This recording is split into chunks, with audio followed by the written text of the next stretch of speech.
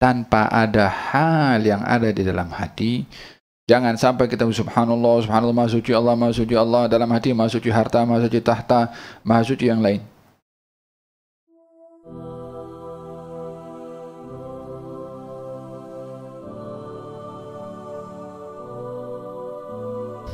Qala ta'ala fadhkuruni adhkurkum. Allah Ta'ala berfirman, ingatlah kamu sekalian kepadaku, nescaya aku ingat pula kepadamu. Surah Al-Baqarah ayat 152. Ya, ingat kepada aku dengan menyebut mengagungkan nama aku ingat kepada kamu dengan memberi rahmat, memberi pahala dan ganjaran kepada kamu. Qala Ta'ala wadhkur rabbaka fi nafsika tadarruan wa khifatan wa dunal jahri minal qawli bil ghuduwi wal asal wa la takun minal ghafilin. Allah Ta'ala berfirman, dan berzikirlah kepada Tuhanmu dalam hatimu dengan merendahkan diri dan rasa takut, dan dengan tidak mengeraskan suara, baik pada waktu pagi maupun petang, dan janganlah kamu termasuk orang-orang yang lalai. Surah Al-A'raf ayat 205. Adab dalam berzikir. Wadhkur rabbaka fi nafsika, menyebutlah nama Tuhanmu dalam dirimu. Man dzakarani fi nafsihi dzakartuhu fi nafsi. Siapa orang sebut namaku pada dirinya, aku sebut namanya pada diriku. Wa man dzakarani fi mala'in dzakartuhu fi mala'in khairum min mala'i. Siapa orang sebut nama aku pada di hadapan orang ramai, aku sebut namanya daripada yang lebih ramai. Dimulakan dengan menyebutkan nama Allah di dalam diri sendiri, kerana yang mesti menempati hati dan jiwa itu adalah Allah Subhanahu wa Ta'ala, tak boleh yang lainnya. Artinya, jangan sampai kita menyebut nama Allah di lisan tanpa ada hal yang ada di dalam hati. Jangan sampai kita subhanallah, subhanallah, maha suci Allah, dalam hati maha suci harta, maha suci tahta, maha suci yang lain. Maha suci Allah, Allah khalas. Tak ada yang lebih suci daripada Allah SWT. La harta, wala tahta, wala apa semua. Jadi ketika berzikir itu mesti ada hal di dalam tadarruan, yakni dalam keadaan khusyuk, dalam keadaan khudu', dalam keadaan merendah, dalam keadaan tunduk ketika berzikir. Jangan berzikir kepala yang tunduk. La. Yang tunduk tu hati pada hakikatnya. Luaran ini hanya tanda saja. Nak berzikir dalam keadaan dia tegak macam ni, dalam keadaan tunduk kepala macam ni, nak dalam keadaan duduk, dalam keadaan berdiri, tak kisah. Yang utama sekali tenangnya dan juga tunduknya hati. Jangan tunduk kepala macam ni dalam hati, saya lebih baik daripada orang lain. Ini orang ni maksiat semua ni, tengok saya berzikir kepada Allah. Macam mana? Awak ni nak berzikir mengagungkan Allah, kan nak mengagungkan diri sendiri. Tadarruan, khusyuk, khudu', tunduk kepada Allah. Wa khifatan, dan dalam keadaan takut kepada Allah Subhanahu wa Ta'ala. Yani ada menafsirkan tadarruan wa khifah, berzikirlah kepada Allah dalam keadaan dengan hati dan juga dengan lisan.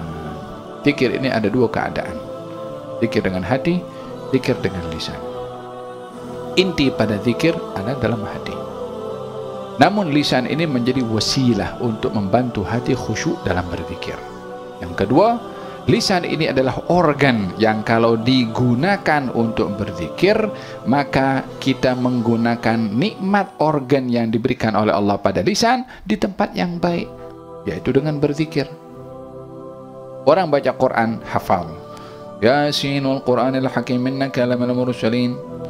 Dia baca Quran Yasin, dia tengok, matanya dapat ibadah tengok ayat Quran, walaupun lidahnya membaca juga.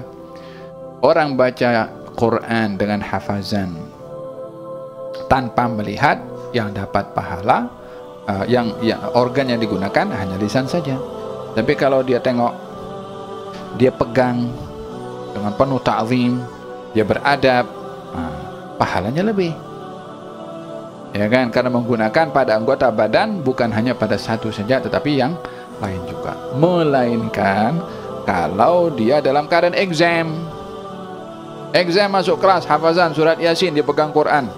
Tak boleh. Kata ustaz, itu dia kena tengok Quran biar berpahala mata tengok. Ini exam bagus.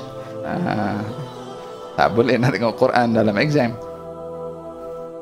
Atau yang kedua, kalau dia sekarang pun canggih juga, exam melalui online, Quran kan, ya letak dia punya kamera kat sini, Qurannya depan situ,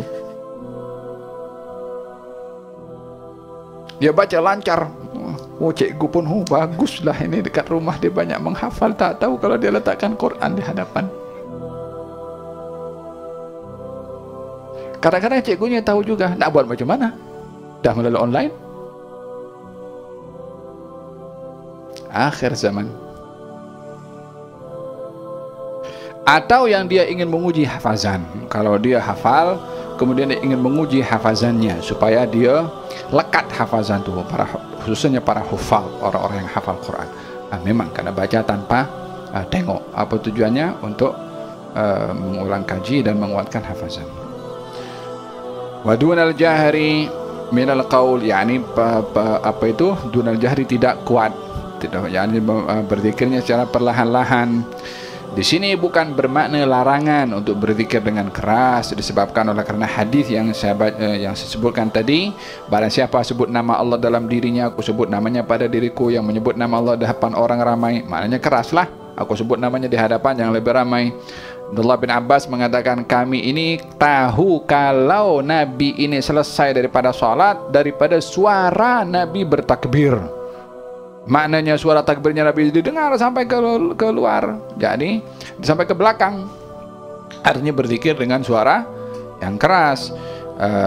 Merujuk kepada ayat ini adalah bagi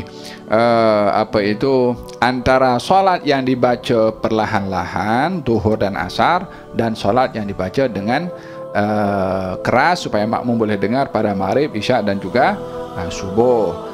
Juga ditafsirkan dahulu kalau orang membaca Quran kuat-kuat, orang-orang musyrikin akan memaki atau mendatangkan mudarat kepada yang baca Quran, maka diperintahkan untuk membaca perlahan-lahan supaya tak didengar oleh golongan kaum musyrikin. Gerak.